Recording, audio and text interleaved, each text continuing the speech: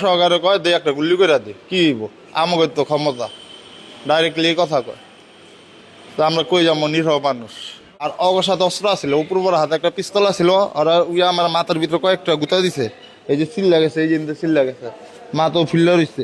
একটা ফেসবুক পোস্টকে উছিলা করে আপনার একটু ভুল বোঝাবুঝির কারণে আমার সাথে এলাকারই একটা ছেলের সাথে একটু হাতাহাতি হয়ে গেছিলো। তো এই বিষয়ে হাতাহাতি হওয়ার পরে আমি থানায় এসে একটা অভিযোগ করছিলাম।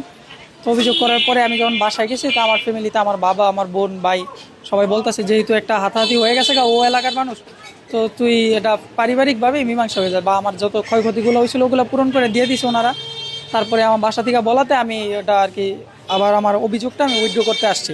তো অভিযোগটা উইথড্র করে নিয়েছি, এই ক্ষেত্রে তো আর কোনো সমস্যা নাই। এখন আমরা উভয় পক্ষ থেকেই বিষয়টা মীমাংসা হয়ে গেছে। শহীদুল ইসলাম শাহীন সাবেক মেয়র, উনি এটার ভিতর জড়িত না। এখন উনি তো আর সশরীরে ছিল না, সাগর ভাইয়ের সাথে এই ঝামেলাটা ছিল।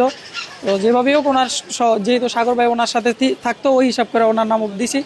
ওটা রাগের মাথায় দিছি, না বুঝে দিছি, আমি দিছি। আর বাসা থেকে আমার বাবা মা যখন বলছে যে উনি তো কিছু করে নাই বা ওনার বিষয় না, তুই এই যাই ঝামেলা যাবি কেন, তো তখন আমার বাসা থেকে সাগর আসছে, মাফ চাইছে, তো পরিবারের থেকে মিলাই দিছে। তো এই ক্ষেত্রে আর কোনো আমার অভিযোগ নাই। আমি আমার অভিযোগ যেটা থানায় করছিলাম ওটা আমি উইথড্র করে নিয়েছি। আমি আর ওই একসাথে কাজ করি, তো দুইজনে একসাথে ওর বাসায় ছিলাম। কাজ শেষে আমি যাইতে লইছি। তো সেদিনকার দুপুরবেলা একটা ছোট ঝামেলা হয়েছিল। যেমন আমি কালকে একটু বেকার ছিলাম, কোনো একটার দিকে বাজারে গেছিলাম আমার এক ফ্রেন্ডের দোকানে কথা বলার জন্য। তো ওই সময় যাইতে দেখি কি দুইজনের ভিতরে একটা ধস্তাধস্তি হয়, অপূর্ব তিল্লাপাড়ার। আর ওইখানকার একটা ছেলে মোটাকাটা স্বাস্থ্য, সরল সোজা কাজকাম করে খায়, ওই লোকটা একটু বলদার এবার। হ্যাঁ, ওরা দুই তিন জনে মিল্লা আঘাত করতে যেতেছে। তো আমরা আবার দু একজন আসছিলাম, আমরা মিল্লা ছুটে মুটাই দিছি যাতে কেউ কেউ আঘাত না করে।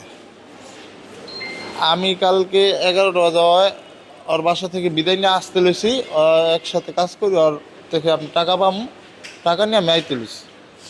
এর ভিতরে রয়্যালের বাড়ির সামনে রয়্যাল ওইখানে উপস্থিত ছিল। রয়্যালে ইশারাতে দেয়া দিল ওরা ওই যে যাইতে আছে। এর ভিতরে অনেকে প্রায় 20-30 জন হইব, কম হইব না। আমার উপরে পুরা তুমুল আক্রমণ। আমি কেন আমার উপরে আক্রমণ করতেছ, কী কারণ, আমি তো তোমাকে কেউ ক্ষতি করি নাই। কয় না, তুই দুপুরবেলা ওরা ছুটাইছ থেকে, ওরা মারতে গেছি আমরা, মাতবরি করলি কে? এদিকে আমাকে উপরে দেখেও কি ঝগড়া সগড়া করে পারবো?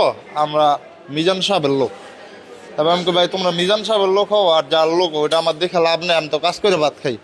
একটা ঝগড়া লাগ দিলেই ছিল, আমি ছুটাই দিছি। তো এর ভিতরে উপস্থিত আছিল অপূর্ব, তারপর কালুন্দিপাড়া আকাশ, রয়্যাল, সোয়ান, তারপর কালুন্দিপাড়ার একটা সোয়ান আছে। দেখা যায় ওরা আমার এরকমভাবে আক্রমণ করছে, আমার জোড়াটা পাঁচরের জোড়াটা ভেঙে গেছে। এই যে একটা রিপোর্ট, এই যে জোড়াটা ভেঙে গেছে।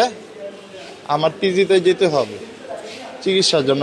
আপনাদের কাছে অভিযোগ দেওয়া গেলাম, আমি আইনের আওতায় একটা সূক্ষ্ম বিচার চাই।